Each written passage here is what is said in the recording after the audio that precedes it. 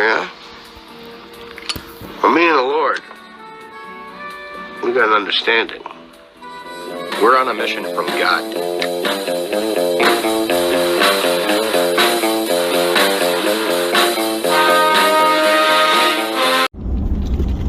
What's up, good people? Mark Holmes here, and as always, I want to say thank you all for watching, commenting, subscribing, and being part of the Joe Boo Sports Report. Without you guys, as well as you ladies, you know that this literally does not work. Hope you all are having a great Saturday. You know, for me, it's Saturday is about getting ready for Sunday's games.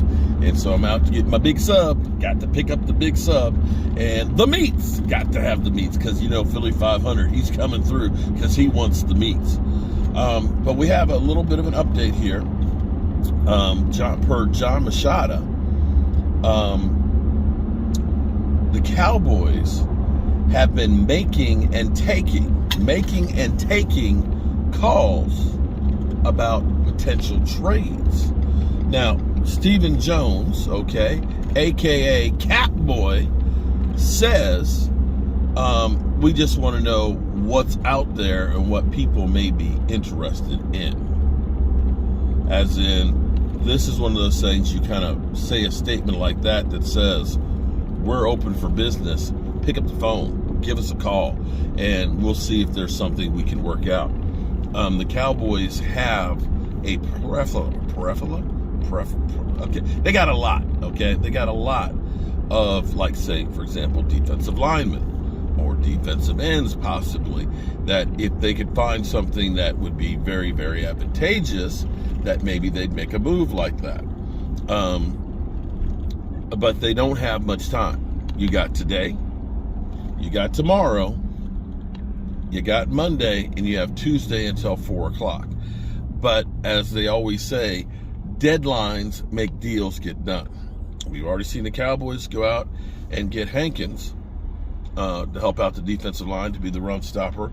And hopefully, when I get back, I want to actually discuss why I think Hankins will actually be really good with Dan Quinn, as opposed to with him being with the Raiders, where he had Rod Martinelli. He'll be used differently as that nose tackle, and I will tell you why.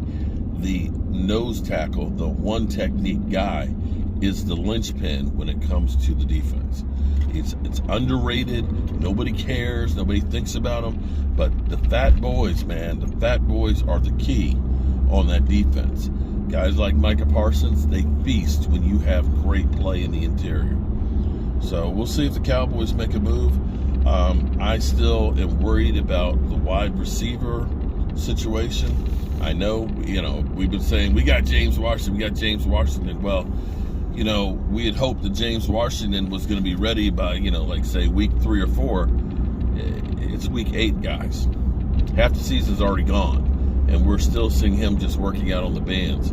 So I don't know that we'll ever see James Washington out there working out with the team or not.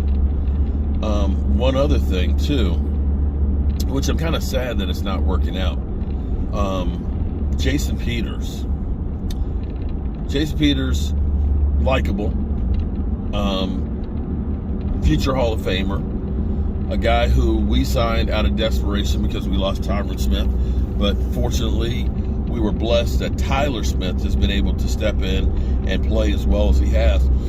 And Jason Peters, having no OTAs, not having a training camp, and being 40 years old, coming in to try and play, it's just not enough time and not enough work to really get into shape to be that guy.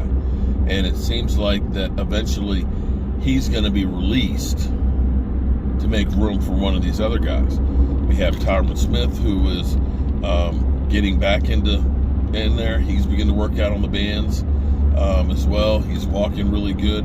It could be 3 or 4 weeks from now, maybe December, that he's back, and you start looking at it and saying, yeah, maybe we don't need Jason Peters.